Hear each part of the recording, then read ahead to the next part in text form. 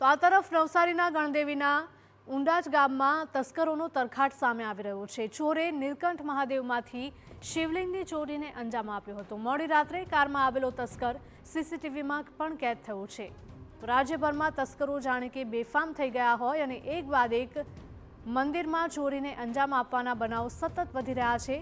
દ્રશ્યોમાં પણ જોઈ શકાય છે કે પહેલા આરોપી મંદિરમાં પ્રવેશ કરે છે, મંદિરનો ઘંટ પણ વગાડે છે અને મંદિરને નતમસ્તક પણ થાય છે અને ત્યારબાદ તે આ ચોરીને અંજામ આપે છે।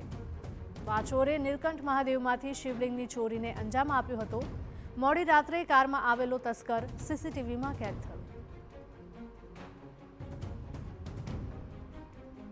નવસારીની આ ઘટના છે। ગણદેવીના ઉંડાજ ગામમાં તસ્કરોનો તરખાટ હજુ પણ સામે આવી રહ્યો છે। ચોરે નીલકંઠ મહાદેવ મંદિરમાંથી શિવલિંગની ચોરીને અંજામ આપ્યો છે।